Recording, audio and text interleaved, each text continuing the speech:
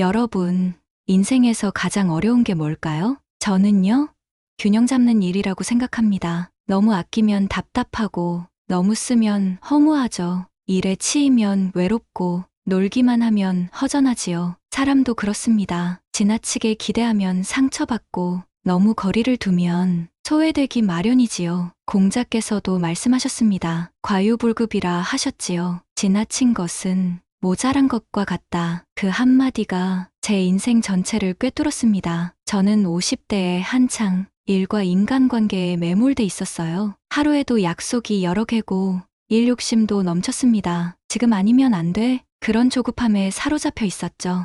아이들도 크고 집도 자리를 잡았으니 이제는 내 인생을 좀 달려보자 싶었던 거죠. 그런데요, 몸이 먼저 신호를 보내더군요. 과로와 스트레스로 몸이 점점 지쳐갔습니다. 소화도 안 되고 밤에 잠도 설쳤지요. 그땐 몰랐어요. 그게 내 삶이 균형을 잃은 징조였다는 걸. 그 와중에 친구들과의 관계도 조금씩 틀어졌습니다. 제가 너무 일에만 빠지다 보니 사람을 놓치고 있었던 겁니다. 지금 돌아보면 내가 먼저 무너지고 있었어요. 그러던 어느 날 우연히 책에서 이 말을 봤어요. 지나친 것도 모자란 것과 같다. 공자의 말이었지요. 그 짧은 문장이 제 가슴을 세게 쳤습니다. 그래, 너무 달려왔구나. 그제야 깨닫게 됐지요. 그래서 저는 그날 이후 제 삶의 속도를 줄이기로 했습니다. 일을 줄이고 하루에 1시간은 그냥 걷기도 했어요. 아침 햇살을 보면서 커피 한 잔을 여유롭게 마셨습니다. 그 시간이 얼마나 소중했는지 몰라요. 아이들과도 대화를 늘리고 아내의 말에도 귀 기울이기 시작했지요. 그렇게 조금씩 균형을 찾아가게 됐습니다. 무언가가 잘 풀리지 않을 땐 지나치게 몰입한 건 아닌지 돌아보세요. 그게 공자가 우리에게 남긴 큰 지혜 중 하나입니다. 무엇이든 지나치면 결국 그 대가를 치르게 됩니다. 일도, 돈도, 사랑도 모두 마찬가지지요. 중년 이후의 삶은 이 균형 감각이 전부라고 해도 과언이 아닙니다. 이제는 일보다 사람, 성과보다 건강을 더 챙기게 되더군요. 그게 늦은 깨달음이긴 해도 절대 헛된 게 아니었습니다. 여러분도 혹시 지금 너무 한쪽으로 쏠려 계시진 않나요? 혹은 누군가에게 너무 마음을 쏟고 계시진 않나요? 모든 것은 적당해야 지속이 됩니다. 오래 가려면 균형을 잡아야 해요. 공자는 우리에게 그 단순하지만 깊은 진리를 전한 것입니다. 그는 군자가 갖춰야 할 도리를 중용이라 말했지요. 극단이 아닌 중간, 그 조화의 가치를요. 저는 그 말씀을 듣고 많은 걸 내려놓게 됐습니다. 잘 살아야 한다는 욕심, 남보다 앞서야 한다는 경쟁심, 그게 나를 더 지치게 만든 것이었죠. 이제는 조금 천천히, 조금 단단하게 살아가고 있습니다. 사람과의 거리도 적당한 게 좋다는 걸 배웠고요. 너무 가까우면 상처 주고 너무 멀면 사라지니까요. 그 중간을 지키는 것, 그게 바로 인생의 기술입니다. 여러분, 지금의 삶의 균형이 있으신가요? 혹시 무엇인가에 너무 매달리고 계시진 않나요? 그렇다면 오늘 잠시 멈춰보시기 바랍니다. 그리고 공자의 말씀처럼 중용의 길을 다시 떠올려 보세요. 지나치게 노력하지 않아도 인생은 흘러갑니다. 조금은 나를 내려놓고 주변을 돌아보시길 바랍니다. 그 안에서 진짜 평화와 안정이 찾아옵니다. 그게 바로 공자가 말한 군자의 삶이지요. 오늘 제가 전한 이 이야기,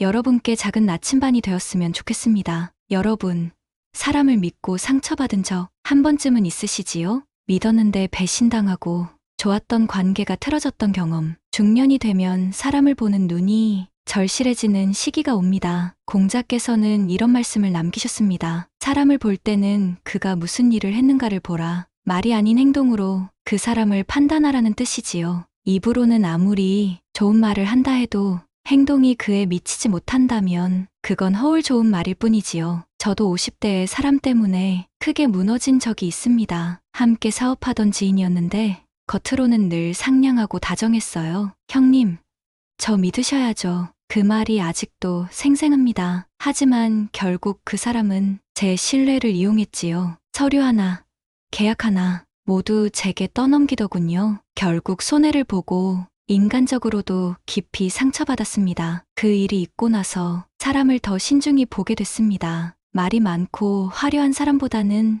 말은 적지만 신중한 사람, 겉으로 잘 보여도 정작 곁을 지키지 않는 사람, 그런 사람들보다 중요한 건 위기 속에서 함께 있어주는 사람입니다. 공자도 말씀하셨어요. 공궁할 때 함께하는 이가 진짜다. 부유할 땐 많은 이들이 자신을 따르게 마련입니다. 하지만 내가 힘들고 아플 때 옆에 있어주는 사람, 그 사람이 바로 진짜 인연이라는 것이지요. 저 역시 큰 병을 앓고 있을 때 의외의 사람들이 찾아와 줬어요. 평소엔 말도 자주 안 하던 이웃이 먼저 국을 끓여주더군요. 가까웠던 사람은 외면했고 멀었던 사람이 손을 내밀었습니다. 그때 깨달았습니다. 사람은 평소 말이 아니라 순간 행동으로 보인다. 공자는 이렇게도 말했습니다. 오랫동안 보아야 사람을 알 수 있다. 처음엔 다들 좋은 말만 합니다. 다정하고 공손하죠. 하지만 시간이 지나면 진짜 성품이 드러나기 마련입니다. 그래서 저는 사람을 천천히 봅니다. 첫 인상보다 위기에서의 모습을 봅니다. 그 사람이 불리할 때 어떤 선택을 하는지를 봅니다. 중년 이후의 인간관계는 이런 눈이 필요합니다. 신뢰는 쌓이는데 오래 걸리고 무너지는 건 한순간입니다. 그래서 사람을 너무 빨리 믿지 않게 됐습니다. 그리고 그건 불신이 아니라 지혜였습니다. 경험으로 얻은 가장 값진 배움이지요. 여러분도 혹시 사람 때문에 상처받으셨나요? 그렇다면 그 아픔은 절대 헛되지 않습니다. 그 아픔 덕분에 앞으로 더 단단해질 수 있습니다. 사람을 너무 믿지 말라는 말, 그건 너무 슬프지 않나요? 하지만 사람을 제대로 보는 눈, 그건 우리를 지켜주는 힘이 됩니다. 공자는 또 이런 말씀을 남겼지요. 군자는 말보다 행동이 무겁다. 말은 누구나 할 수 있지만 행동은 진심이 없으면 어렵지요. 그래서 저는 이젠 말보다 꾸준함을 봅니다. 힘든 시기에도 변하지 않는 태도, 그게 그 사람의 진짜 얼굴입니다. 그렇게 신중하게 인연을 선택하다 보면 정말 소중한 사람 몇이 내 곁에 남더군요. 그 몇 명이 내 인생의 전부가 됩니다. 가족도, 친구도, 이웃도 결국 행동으로 보여줍니다. 그 사람이 나를 위할 때 어떤 선택을 하는지를요. 그리고 그런 인연은 시간이 갈수록 더 깊어집니다. 여러분도 지금 주변을 돌아보세요. 말은 화려하지만 행동이 가벼운 사람은 아닌지, 말은 서툴지만 항상 곁에 있는 사람은 누구인지 공자의 가르침처럼 사람을 천천히 그리고 깊게 보세요. 그러면 상처는 줄고 행복은 늘어갑니다. 사람 때문에 아팠던 시간은 이제는 그만 놓아주세요. 앞으로는 여러분의 사람 보는 눈이 여러분을 지켜줄 것입니다. 그게 공자의 지혜가 전한 삶의 기술입니다. 여러분, 지금도 무언가를 배우고 계신가요? 아니면 이제 다 배웠다고 생각하시나요? 공자는 이렇게 말씀하셨습니다. 배움에는 끝이 없다. 그 말씀을 저는 지금도 마음에 품고 삽니다. 80을 바라보는 나이지만 배움은 여전히 제 일상입니다. 책을 펴고 마음을 열고 새로움을 받아들입니다. 그게 살아있다는 증거 아닐까요? 공자도 이른이 넘도록 공부를 멈추지 않으셨습니다. 그는 늘 말했습니다. 아는 것을 좋아하고 좋아하는 것을 즐겨라. 배움은 억지로가 아니라 즐김으로 이루어지는 것. 나이와 상관없이 배우는 사람은 젊습니다. 저도 50대엔 이런 생각을 했었죠. 이젠 뭐 더 배울 게 있나? 지금껏 살아왔는데 충분하지. 그런데요, 세상이 변하기 시작하더군요. 아이들의 말이 낯설고 기계는 따라가기 어렵고 마음은 점점 과거에 머무는 듯했죠. 그때 알았습니다. 멈추면 퇴보라는 걸. 그래서 조금씩 다시 배우기 시작했지요. 아이에게 물어보고 책도 다시 들여다보고 스마트폰도 공부하고 글씨도 예쁘게 써보려고 했습니다. 처음엔 어색했지만 배우는 그 과정이 즐거웠어요. 그리고 자존감이 조금씩 살아났습니다. 공자께서는 또 이런 말씀도 하셨어요. 세 사람이 길을 가면 그중 반드시 나의 스승이 있다. 누구에게나 배울 점이 있다는 의미지요. 나보다 어린 사람에게도 경험이 부족한 사람에게도 내가 미처 보지 못한 삶의 방식이 있는 겁니다. 저도 손주에게 배운 게 참 많습니다. 말하는 방식, 생각하는 방식, 심지어 웃는 방법까지 그 작은 배움들이 제 인생을 다시 빛나게 했습니다. 그리고 그것이 공자의 가르침을 체험하는 길이었죠.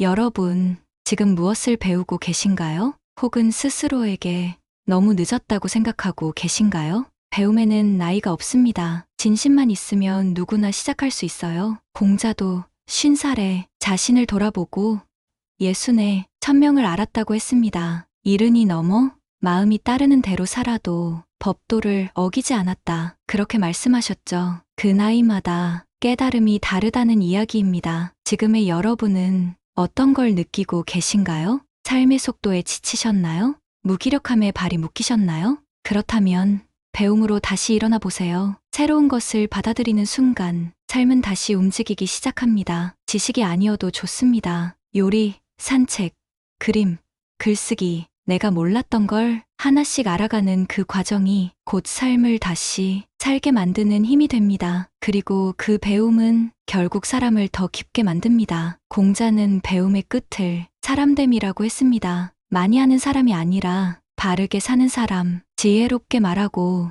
겸손하게 행동하는 사람, 그런 사람이 되기 위해 오늘도 배우는 것입니다. 지금 이 순간에도 배우는 누군가가 있습니다. 그리고 그 사람은 내일 더 따뜻해질 겁니다. 여러분도 그렇게 하루하루 배워가시길 바랍니다. 실수도 괜찮습니다. 그게 배움의 일부니까요. 중요한 건 배움을 멈추지 않는 자세입니다. 그게 곧 우리를 살아있게 하는 힘이니까요. 공자의 길을 따라 천천히 그러나 꾸준히 걷다 보면 삶은 반드시 더 깊고 아름다워집니다. 여러분, 오늘 무엇을 배우셨나요? 작은 깨달음 하나도 인생을 바꿀 수 있습니다. 그리고 그 배움이 또 다른 사람의 빛이 될 수도 있습니다.